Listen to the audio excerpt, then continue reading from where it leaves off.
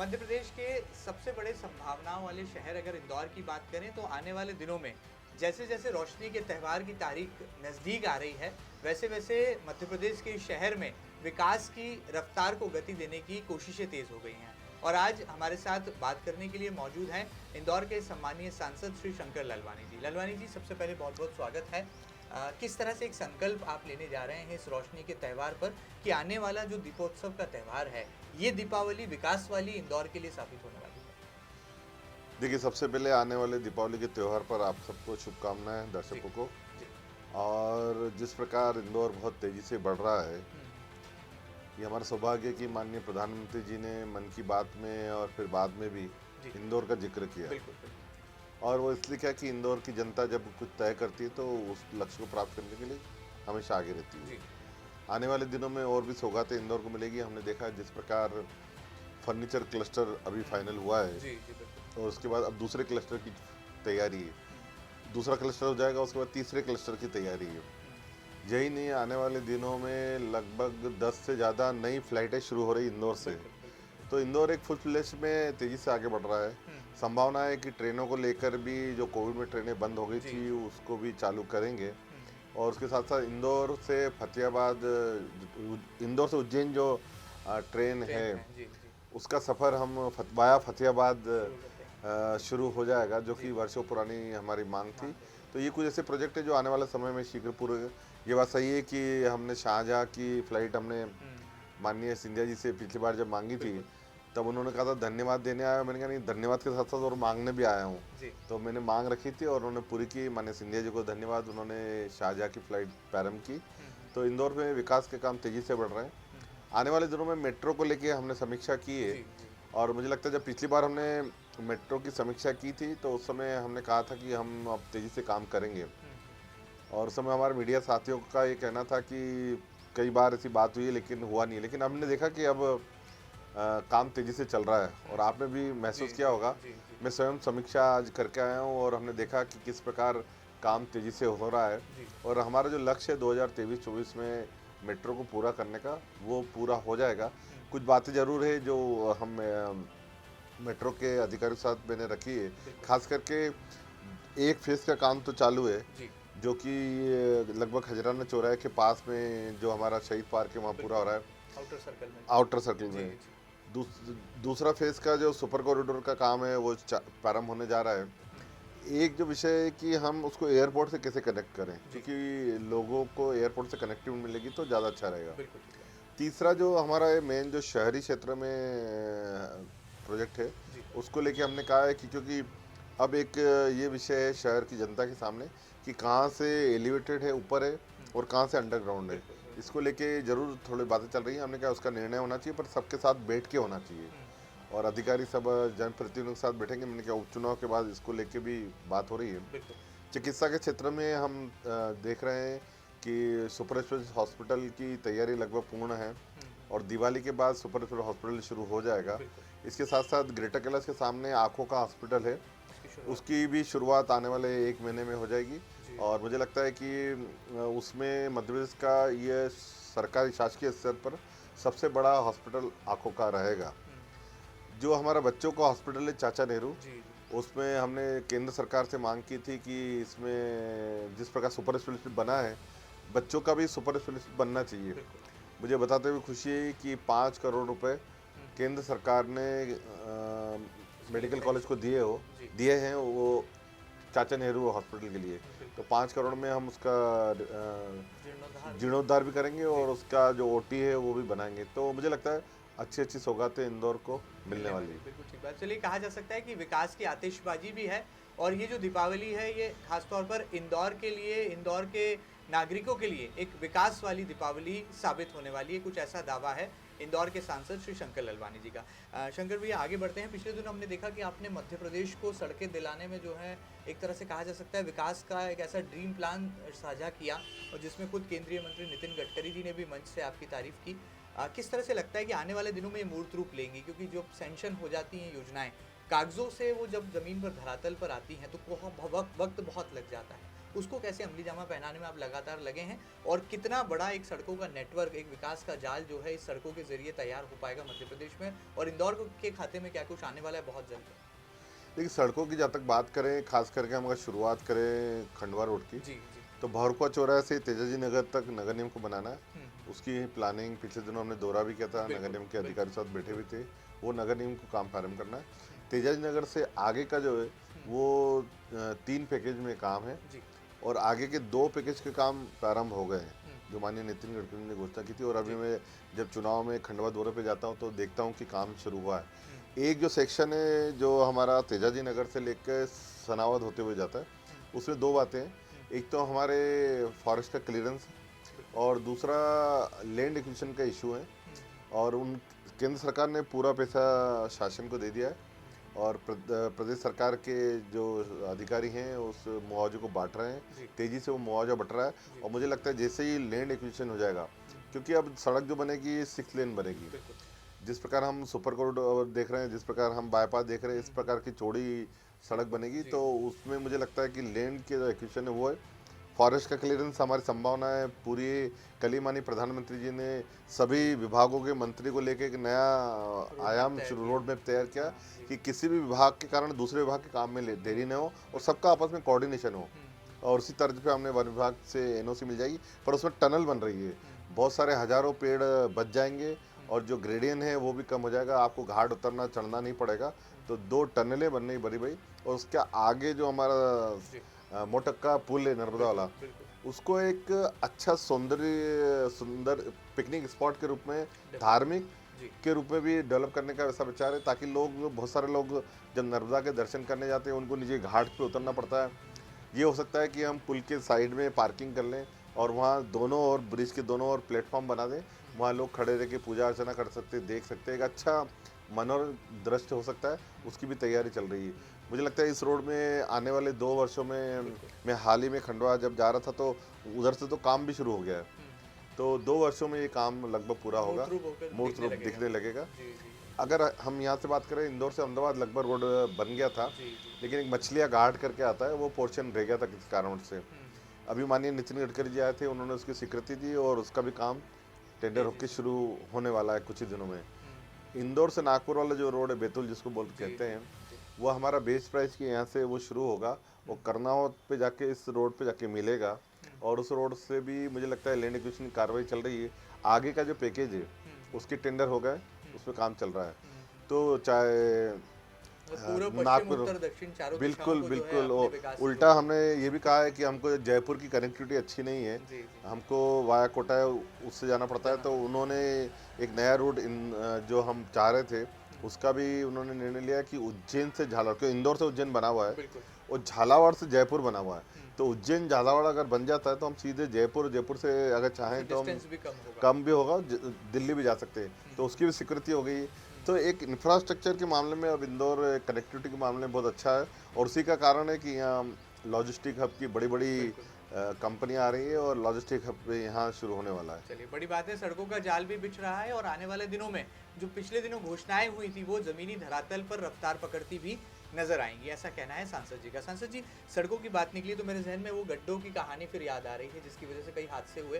हालांकि आपने उस पर चिंता भी जताई, तुरंत अफसरों को फटकार भी लगाई, और अब उन गड्ढों का पेचवर्क भी शुरू हो गया है। आने वाले दिनों में ऐसी घटनाओं की पुनरावृत्ति ना हो, क्या इसके लिए आपको लगता है कोई नियम, और जो जिस तरह से ठेकेदार कंपनी अफसरों पर कार्रवाई की गाज भी गिरी, क्या ये कार्रवाई का सिलसिला इसी तरह से जारी रहेगा, और अब फिलहाल क्या स्थिति है शहर की सड़कों देखिए, ये बात सही है कि ज़्यादा बारिश या कहीं कहीं पानी इकट्ठा हो जाता है तो वहाँ की? सड़कें खराब हो जाती है, पर शहर की अधिकांश सड़कें ठीक है। जी। कुछ ही सड़कें ऐसी हैं जहाँ इस प्रकार की हुँ, समस्या है। हुँ, मैं नगर निगम आयुक्त से बात हुई है, और दशहरे के बाद प्लांट चालू होने वाला है। जी। संभावना है 16 या 17 तारीख से जैसे ही प्लांट चालू होंगे, हुँ, मैंने कहा है नगर निगम को कि सभी जोनों पर एक साथ पेचवर्क का काम हो, हुँ, और पूरी संभावना है कि एक साथ पूरे शहर में आपको आने वाले सप्ताह में पेचवर्क का काम दिखाई दिखेगा। देगा। जी। और 1 महीने में लगभग सभी हमारी सड़कें पेचवर्क गड्ढे रहित होगी, ये कहा है।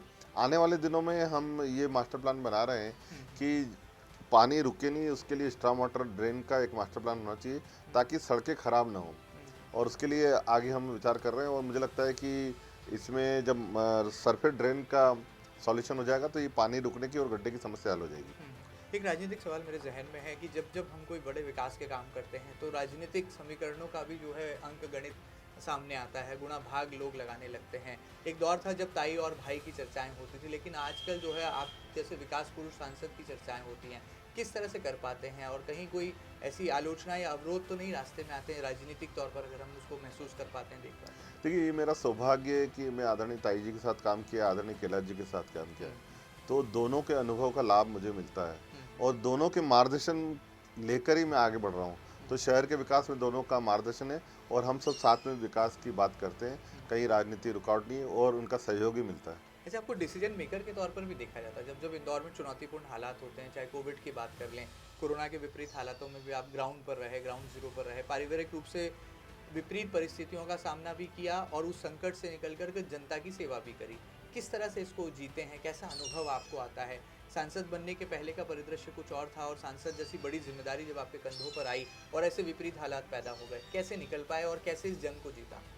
देखिए, मैं देखता हूँ जब हमारे माननीय प्रधानमंत्री जी 24 घंटे में से 20 घंटे काम करते हैं, 18 घंटे काम करते हैं, हमारे मुख्यमंत्री जी रात दिन लगे रहते हैं, तो मुझे लगता है कि यही समय शहर की जनता की सेवा करने का और आपको समय नियत है। इस समय में आप क्या डिलीवरी करना चाहते हो वो कर देना चाहिए, समय फिर नहीं आएगा। तो मेरा ही प्रयास रहता है कि फील्ड में रह के कितना अच्छा हम कर सकते हैं उसको करने का प्रयास करते हैं। प्रधानमंत्री जी के जन्मदिन पर आपने रिकॉर्ड बनाने के लिए लगातार प्रयास की, बहुत सारे आयोजन हुए, कतारबद्ध तरीके से सुबह से 6 बजे से आयोजनों का सिलसिला शुरू हुआ तो रात को 12 बजे तक चला और हालांकि भारतीय जनता पार्टी तो पखवाड़ा तक मना चुकी। किस तरह से उन आयोजनों को देखते हैं और क्या इंदौर में हुए जो तमाम प्रधानमंत्री जी के जन्मदिवस के आयोजन थे उनकी जानकारी खुद प्रधानमंत्री तक आपने पहुँचाई है? देखिए, मूल मकसद था माननीय प्रधानमंत्री जी का जन्मदिन पर उन्होंने जो योजनाएं लागू की थी, उनके जो काम किए थे वो जनता के बीच में ले जाना। किसी न किसी रूप में हम ले गए, कला का क्षेत्र हो, संस्कृति के क्षेत्र हो, धर्म का क्षेत्र हो, विकास का क्षेत्र हो, हमने हर काम वो किए उस दिन जन्मदिन के लिए। आप देखेंगे सुबह 5 साढ़े 5 बजे से हम उठे थे और 6 बजे पहला कार्यक्रम हुआ था। उसके बाद लगातार जो श्रृंखला चली कार्यक्रम की, रात को 12 बजे तक चलती रही।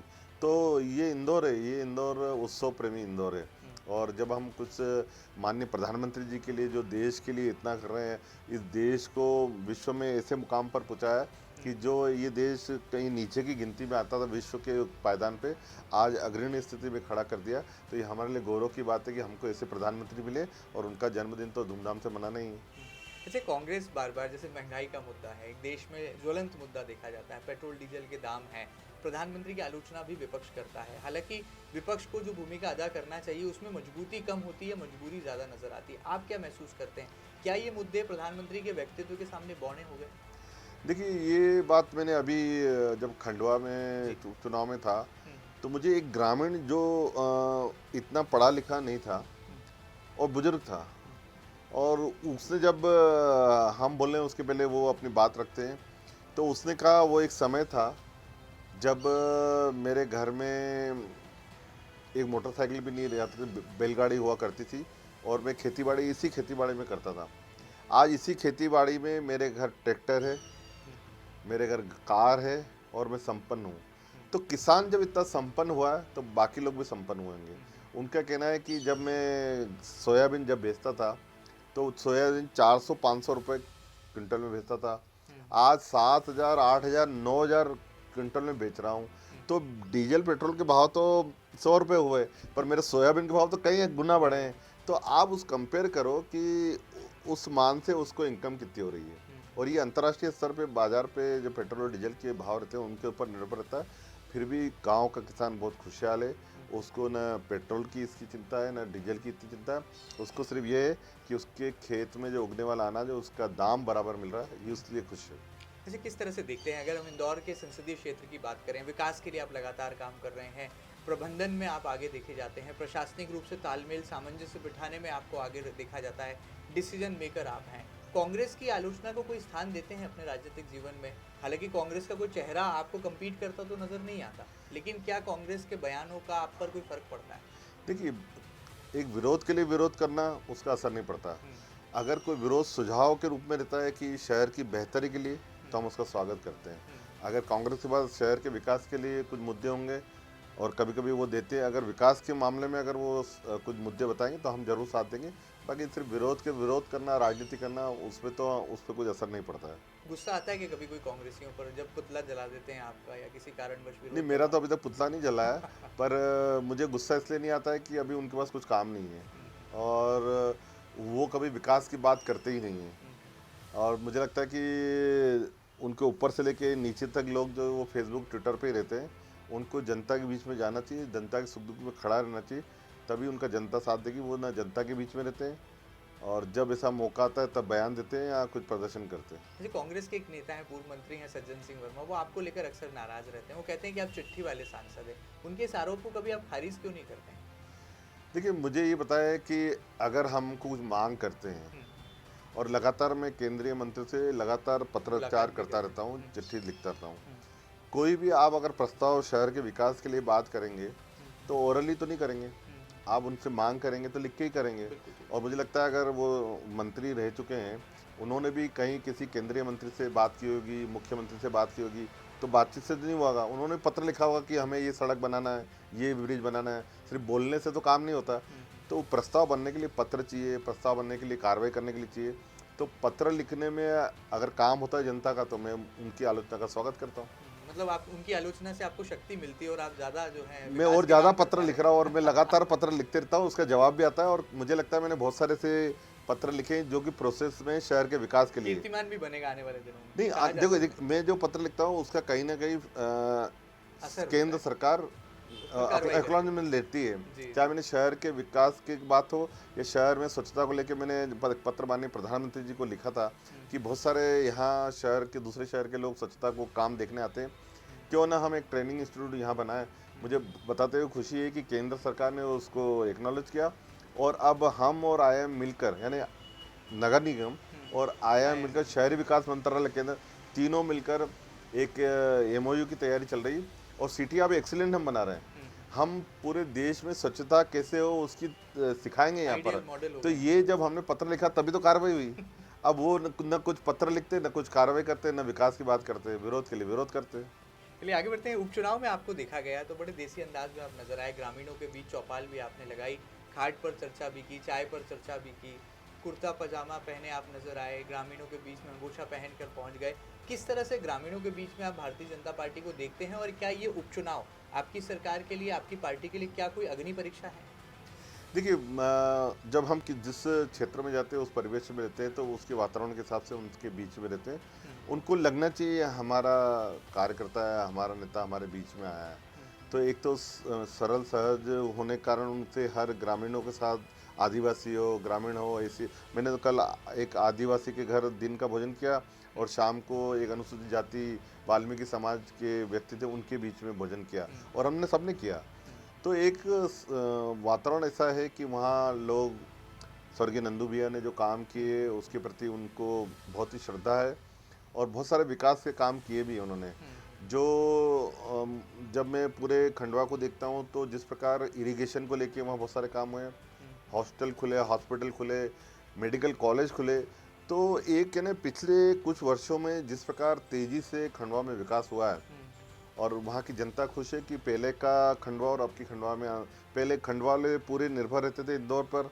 कुछ भी बीमार हो तो इंदौर, पढ़ना हो तो इंदौर, कृषि का काम हो तो इंदौर, व्यापार हो तो इंदौर। अब वो एक अपने आप में एक सेंटर डेवलप हो रहा है और उन वहाँ के किसानों की पर कैपिटल कॉस्ट भी अच्छी है, वहाँ के व्यापार अच्छा है। अब वो धीरे धीरे बहुत तेज़ी से आगे बढ़ रहे हैं और वास्तव में मुझे लगता है कि इस बार पिछले चुनाव से ज़्यादा मत मिलेंगे और ये सच्ची श्रद्धांजलि आदरणीय नंदू भैया के लिए होगी कि पहले से ज़्यादा वोट उनको मिलेंगे और ये माननीय मोदी जी के जो विकास के काम है वो नीचे तक हैं। मुझे गांव वाला एक व्यक्ति ये बोला, अगर मोदी नहीं होता तो कोरोना में हमारे अमेरिका जैसे हालत हुई। अब गांव का व्यक्ति, उसने अमेरिका के चित्र देखे, बोले वो इतना बड़ा देश, वो अपने यहाँ के लोगों को संभाल नहीं पाया, ये हमारा मोदी देखो किस प्रकार पूरे देश को संभाल पाया। जब ये गांव में ये बात होती है कि कहते थे कि पहले हमारा देश पाकिस्तान के कंपेयर करते थे भारत को पुराने समय, अब हमारा देश ऊपर टॉप 10 शहरों में से, 10 देशों में से दुनिया में जो शक्तिशाली देश है और पूरा देश उधर देख रहा है। तो जब गांव में ये जब भावना आती है तो ये भावना मोदी जी के नेतृत्व में जो विकास काम है उसको, और शिवराज सिंह चौहान ने जो विकास के काम किए, बहुत सारे इरिगेशन के हों या दूसरे प्रोजेक्ट मध्य प्रदेश सरकार के हो रहे हैं। तो इस बार पहले से ज़्यादा मतों से हम जीतेंगे। एंटी इनकम्बेंसी फैक्टर तो कोई काम नहीं कर बिल्कुल रहा गाँव में। कुछ भी नहीं है, विकास चाहते हैं लोग और विकास होगा। ये विकास किया है हमने, विकास करके बताएंगे। ये चुनाव क्या बड़ा प्रयोगात्मक भी नजर आया है। जैसे कहा जा रहा था कि नंदू भैया के जो सुपुत्र हैं उन्हें टिकट दिया जाएगा, लेकिन ज्ञानेश्वर पाटिल जी का प्रयोग हुआ। कांग्रेस ने भी वहाँ पर अरुण यादव की जगह राजनारायण सिंह पुन्नी को उतार दिया। आप वहाँ गए हैं, खंडवा की जनता का मन आपने देखा है, तो खंडवा की जनता बड़ी खामोश भी है। तो क्या कोई ऐसा तो नहीं लगता कि वो एंटी इनकम्बेंसी फैक्टर या कोई और आपको वहाँ पर नजर आता हो? बिल्कुल नहीं आता है, और मैंने जैसे मैं बता रहा हूँ कि पहले से ज़्यादा मतों से जीतेंगे। जिस प्रकार का वातावरण दिख रहा है और बहुत ही सकारात्मक वातावरण है, सब लगे हुए हैं, जनता भी चाहती है और पार्टी के लोग भी लगे हुए हैं। आप भी खूब पसीना बहा रहे हैं जो विधानसभा नहीं, की मैं एक चुनाव- कार्यकर्ता हूँ। देखो, पार्टी जब हमें कुछ काम देती तो हम सब कार्यकर्ता हैं, तो पार्टी जो काम देती है, अभी तो पार्टी ने विधानसभा स्तर का दिया है कि अगर एक बूथ का देगी तो वो भी हम करते हैं। भारतीय जनता पार्टी में, कांग्रेस में यही अंतर है। मुझे जब कांग्रेस के जो मित्र हमारे भारतीय जनता पार्टी में वहाँ आए हैं, तो वो जब मेरे से मिलते हैं वहाँ खंडवा में, तो बोलते हैं आपकी पार्टी तो आपकी पार्टी है। हमने कभी ऐसा नहीं देखा कि पार्टी में संगठन का व्यक्ति महत्वपूर्ण रहता है। हमारे मंत्री सामने बैठते हैं, पार्टी के लोग इधर बैठते हैं। वो नेतृत्व करता है संगठन। कार्यकर्ताओं को क्या करना है ये तय, मंत्री को क्या करना है ये कार्यकर्ता तय करता है। और कांग्रेस में तो बोले जो हम चाहते थे वैसा ही होता था। एक गुट अलग जा रहा है, वो जो तय कर ले, दूसरा गुट जो जा रहा है वो तय कर ले। आपके यहाँ बिल्कुल भी ऐसा नहीं, सब लोग साथ में बैठ के करते हैं। तो ये भारतीय जनता पार्टी है। आपके मित्र कौन है जो ऐसी बात कर रहे थे आपसे? नहीं, वो वहाँ के जो कांग्रेस छोड़ के हमारे भारतीय जनता पार्टी में आए, उन्होंने ये सार्वजनिक हमारी जो पार्टी की बैठक थी उसमें कहा। अच्छा, पॉलिटिकल केमिस्ट्री पर मेरा एक सवाल है, बहुत ज़्यादा समय नहीं लूँगा। इंदौर में देखा जाता है कि जो मंत्री हैं, कैबिनेट मंत्री तुलसीराम सिलावट हैं या आप हैं, तो ये जो तुलसी और शंकर भैया की जोड़ी है, ये क्या कोई आने वाले दिनों में कोई बड़ा धमाल मचाएगी, कोई बड़ा काम करेगी? और जिस तरह से उपचुनाव में आप दोनों पसीना बहा रहे हैं, क्या आपको लगता है पॉलिटिकल केमिस्ट्री शहर हित में है आने वाले दिनों के लिए? देखिए, माननीय तुलसी सिलावट जी हमारे मंत्री बहुत ही सरल सहज हैं और बहुत ही विकास की बात करते हैं, और सबसे बड़ी बात वो सबको साथ में लेके चलते हैं। तो मैं उनकी इस बात की तारीफ़ करूंगा, और हमारे उसमें रस बस गए हैं हमारे पार्टी में आने के बाद। और मैं तो ये बोलता हूँ कि दूध में शक्कर की तरह वो मिल गए हैं और वो मिठास दे रहे हैं। तो चूँकि प्रदेश में हमारे मंत्री हैं, प्रदेश की योजनाएं जो इंदौर में लाना है उसके लिए वो काम करते हैं, और उसके साथ साथ केंद्र की जो योजना है उसमें हम उनकी मदद करते हैं। तो केंद्र और प्रदेश दोनों मिलकर शहर के विकास के लिए हम काम करेंगे, उसमें तुलसी भैया का भी सहयोग रहता है। आखिर में जाते थे, इंदौर के सांसद आप हैं, इंदौर के हेडमास्टर आप हैं, इंदौर के विकास का लीडर आप माने जाते हैं। इंदौर के प्रशासन को कितने नंबर देंगे, क्योंकि इतने विपरीत हालातों से निकलकर शहर जो है एक बार फिर रफ्तार पकड़ रहा है? इंदौर के प्रशासनिक कप्तान कलेक्टर की बात करें तो मनीष सिंह जी से आपकी केमिस्ट्री बहुत अच्छी दिखाई देती है।